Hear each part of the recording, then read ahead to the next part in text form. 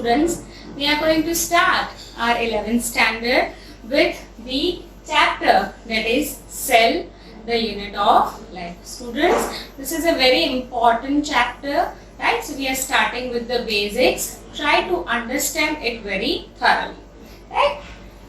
Cell, you know students, cell is the structural and functional unit of all the living organisms. It is the basic unit of life.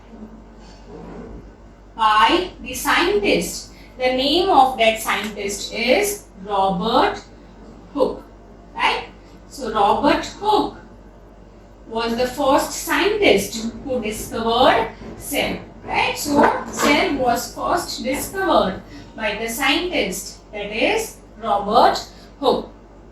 What did this scientist saw? He saw in a slice of the core of cambium, right? So he had taken the slice of the cork of cambium. You know what is cork, right? Cork is nothing but it is a woody material which we use to cap the glass bottles. That is a cork, right? So he have taken the slice of the cork of cambium, and what did he saw? He saw that there were many compartments present inside it, right? So he saw this kind of compartments, and he found out that these compartments are nothing but cells, right? So cells were first discovered by the scientist Robert Hooke, right? But now students, we know that this cork of cambium is made up of dead cells. So what did the scientist saw? He saw the cell wall which was deposited with suberin, right? So if the cell wall is deposited with suberin, right, the cells become the dead cells. So actually Robert Hooke was the scientist who discovered dead cells, right? So he had seen the compartments, he had seen the cell wall which was deposited by suberin in the cork of cambium, right? And those cells were dead cells, right? So if the question is asked that who have discovered the cells first, the answer will obviously be Robert Hooke. He was the first scientist to discover the cells in the cork of cambium. But those cells were dead cells, right? The first living cells were discovered by the scientist. That scientist is Anton von Leeuwenhoek, right? Anton von Leeuwenhoek was the scientist who first discovered the living cells. Robert Hooke is the scientist who first discovered cells in the cork of cambium. Those cells were dead cells. The first living cells were discovered by the scientist Anton von Leeuwenhoek. We know, students, that the primary organelle present within the cell is the nucleus of the cell. Nucleus is considered as the controller of the cell, right? So nucleus was discovered by the scientist. That scientist is Robert Brown. Robert Brown was the scientist who discovered nucleus within the cell. Yes, students, so dead cells were first discovered by Robert Hooke. Those cells were dead cells. Living cells were first discovered by Anton von Leeuwenhoek, and the nucleus was first discovered by the scientist Robert Brown. Yes, now students, there is cell theory, right? Cell theory was proposed by two scientists. Those scientists are Schleiden and Schwann. Very important, students, Schleiden and Schwann were the two scientists, right, who had proposed the cell theory. What is the cell theory? That we will study it later on, right? But the modern cell theory right? That is advanced cell theory was proposed by Schleiden and Schwann, as well as one more point was added by the scientist, that is Rudolf Virchow, right? So modern cell theory was proposed by Schleiden, Schwann, right? So but precisely the scientist, that is Rudolf Virchow, had given a point that was lacking in the cell theory, right? So which are the points of the cell theory, right, which were proposed by the scientists Schleiden and Schwann? So the scientists said that all the living organisms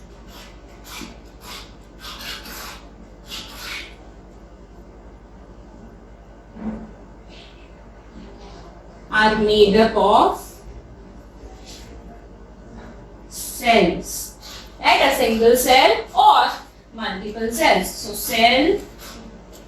cells or the cells, right? So Schleiden and Schwann had proposed the cell theory first, and that cell theory consisted of two important points.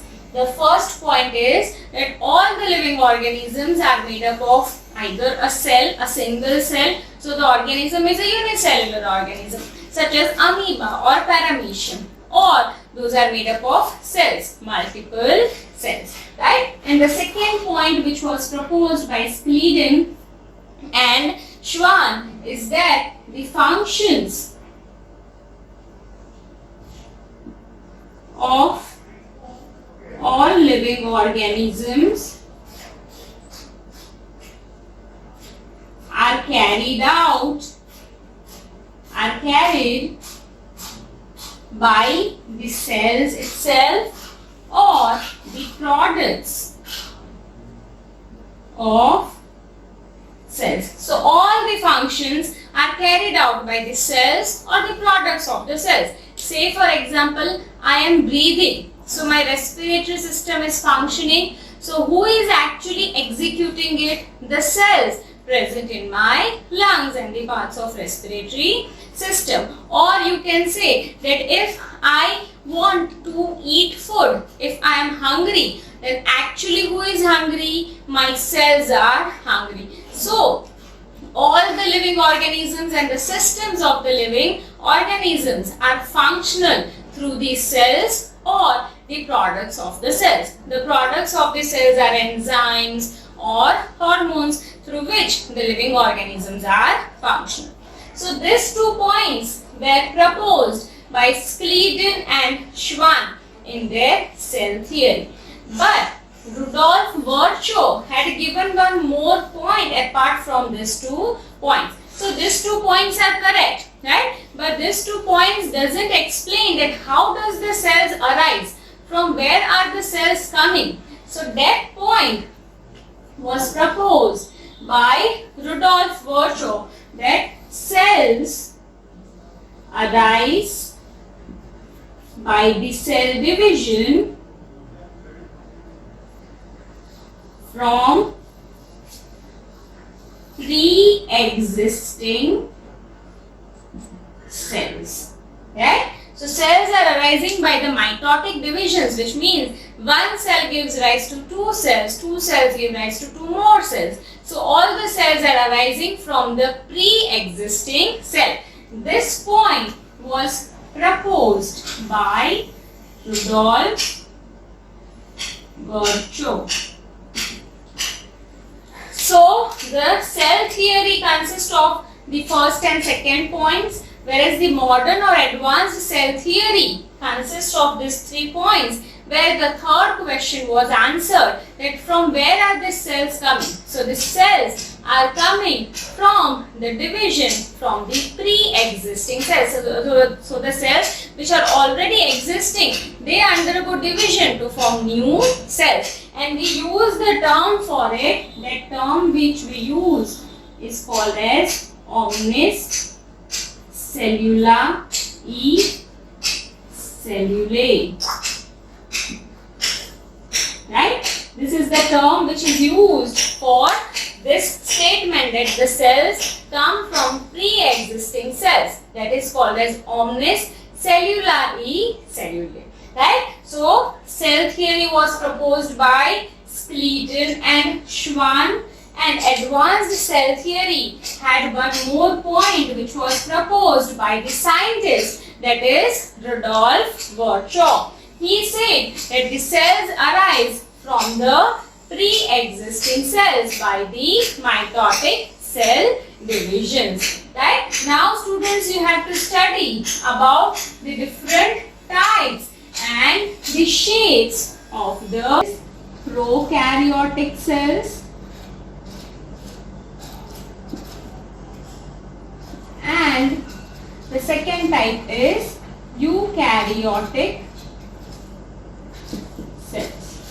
Right? So cells are divided into two types, that is prokaryotic cells and eukaryotic cells. The word karyon means nucleus, right? The word karyon means nucleus. So pro stands for primitive, right? So the cells which have primitive nucleus, or actually you can say that prokaryotic cells does not have nucleus, but they have the primitive materials present within the nucleus. Such cells are called as prokaryotic cells. And U means advanced nucleus. So the cells, eukaryotic cells, possesses advanced nucleus, right? So cells are basically of two types, prokaryotic cells and eukaryotic cells. Prokaryotic cells does not actually have a membrane bound nucleus, but they have primitive contents of the nucleus, whereas eukaryotic cells possesses advanced nucleus, right? Which cells are prokaryotic cells? Examples of prokaryotic cells are bacteria. All the bacteria are under prokaryotic cells, right? One more feature, differentiating feature is prokaryotic cells does not possess membrane bound organelles. You have studied about organelles in your previous standards, right? That cells possesses endoplasmic reticulum, mitochondria, Golgi body, lysosomes, right? So this all the organelles are surrounded by membrane. Prokaryotic cell will not possess such membrane bound organelles. Ribosome is an organelle which does not have a membrane.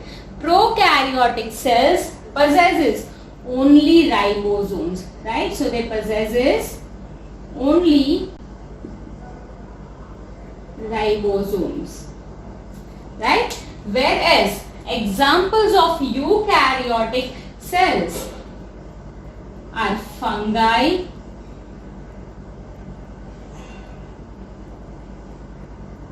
then plants, then animals, then protists, right? All of this are the examples of eukaryotic cells. So all the plant cells, all the animal cells are eukaryotic cells.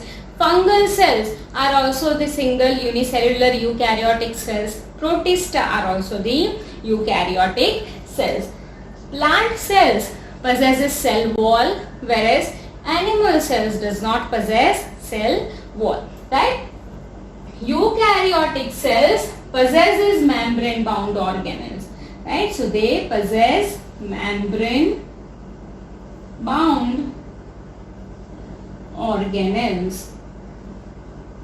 Membrane bound organelles are present within the eukaryotic cells, such as endoplasmic reticulum, Golgi body, mitochondria, lysosomes, centrioles are present in the eukaryotic cells. Such organelles are absent in the prokaryotic cells. They possess only and only one organelle which is not membrane bound, that is ribosomes. Eukaryotic cells possesses ribosomes as well as other organelles. The ribosomes of the prokaryotic cells are of 70S type, whereas the ribosomes of the eukaryotic cells are of 80S type. This is also one more differentiating feature. 70S types of ribosomes are present in prokaryotic cells. 80S type of ribosomes are present in eukaryotic cells. Yes, students. So, these are the two basic types of cells. Prokaryotic cells are the primitive cells with the primitive nucleus. They does not possess any membrane bound organelles. They possess 70S type of ribosomes. Examples are bacteria. Bacteria do belong to the kingdom Monera. Eukaryotic cells possesses advanced nucleus. They possesses all the membrane bounded cell organelles. 70S ribosomes are present in prokaryotic. 80S ribosomes are present in eukaryotic cells. Examples are fungi. They belong to the kingdom fungi. They belong to the kingdom plants. Belong to the kingdom Plantae. Animals belong to the kingdom Animalia, and protists belong to the kingdom Protista. Yes, so these are the examples of eukaryotic cells. Eukaryotic cells can be unicellular eukaryotic cells, or they can be multicellular, forming an entire living organism. Right? So this is about the types of the cells. Then there are different shapes of the cells also present. Right? So which are the different shapes of the cells?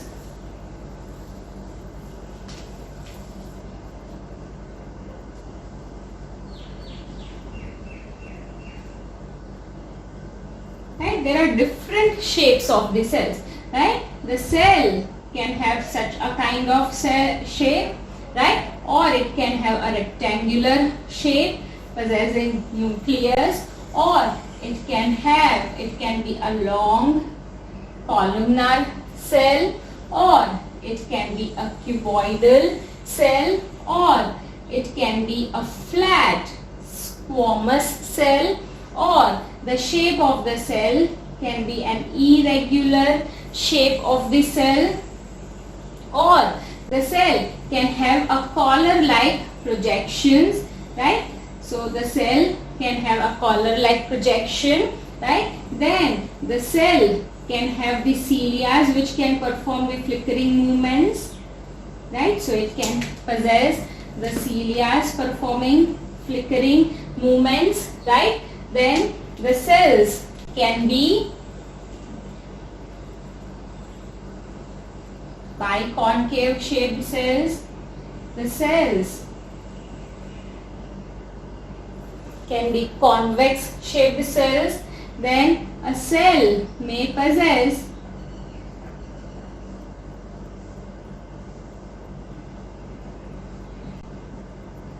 many such projections. Such cells can also be present. We will take the examples of all of these things, right? We will take it particularly in animals, right? So such cells are spindle shaped cells. This kind of cells are present in your smooth muscles, right? Such cells are present in smooth muscles. Where are smooth muscles present? So say for example blood vessels, in your digestive system, uterus, urinary bladder, all these organs possesses smooth muscles whose shape is spindle shape. So the shape is spindle shape, right? Then such kind of cells are present in skeletal muscles, right? The shape is rectangular shape, right? Then these are the cells which are columnar cells, right? They are like a column, right? Those are tall cells. So those are columnar cells. Then these are the cells which are cube-like. So those are called as cuboidal cells. Then these are the cells which are flat epithelial cells. Such cells are called as squamous cells. Right?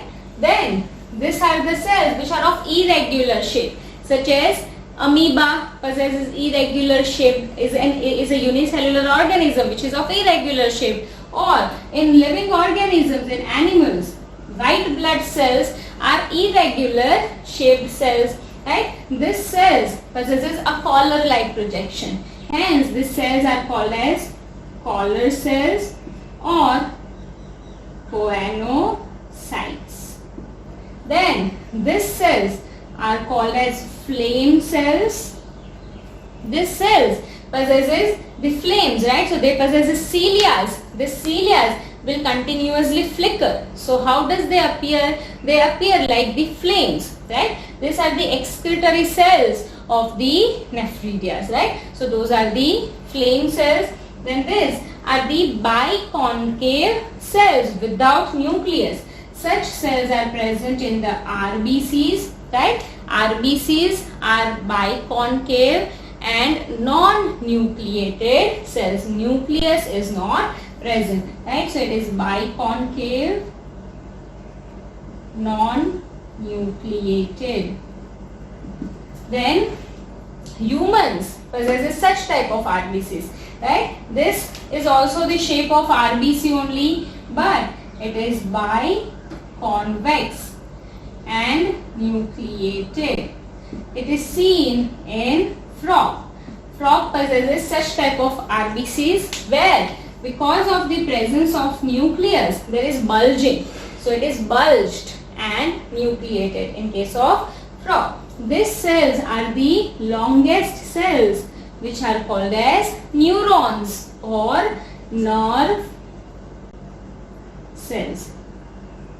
In case of plants, right, there are guard cells, right? Guard cells are also of two types, right? The guard cells can be kidney shaped cells, right? These are also guard cells, right? It is seen in dicot plants, or it can be dumbbell shaped cells, right? These are also guard cells seen in monocot.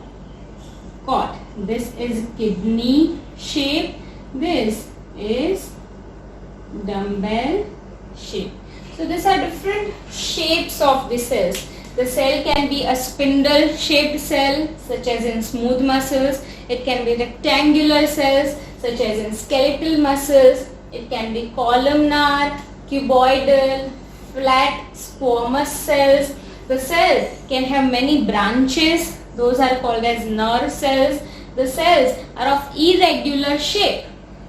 Such cells are WBC cells. The WBCs are of irregular shapes. The cells can have a collar-like projection. Those are called as collar cells or choanocytes, which are seen in porifera.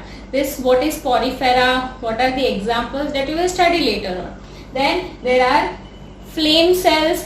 Flame cells are the excretory cells of the phylum Protonephridia. So they have this cilias, and the cilias keep on flickering just like the flickering of the flame, right? That is why it is called as flame cells. Then in humans, the red blood cells are biconcave and non-nucleated. So whereas in case of frog, the RBCs are biconvex and nucleated. Then guard cells are present in plants. You know, guard cells are covering the stomatal aperture. Guard cells in case of dicot plants are kidney shaped. Guard cells in case of monocot plants are dumbbell shaped. Yes, students, right? One more thing, the smallest cell, and let me rub this, right? So just note it down, students.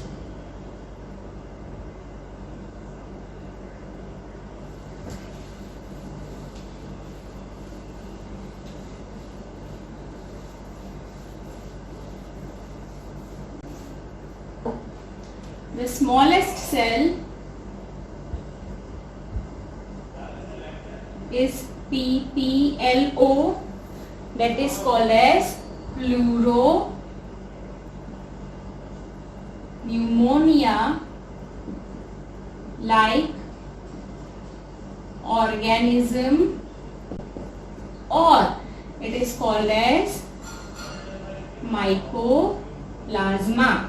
Right? Mycoplasma or PPLO is the smallest cell. What is the size of the cell? It is 0.1 to 0.3 micrometer.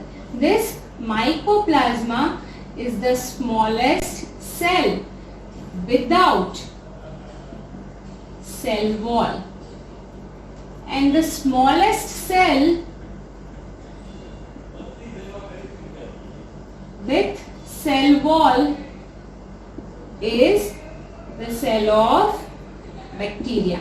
Bacteria is a prokaryotic cell. It is the smallest cell, but it possesses cell wall. Whereas mycoplasma, also called as pneumonia-like organism, is the smallest cell without cell wall. Students, very important.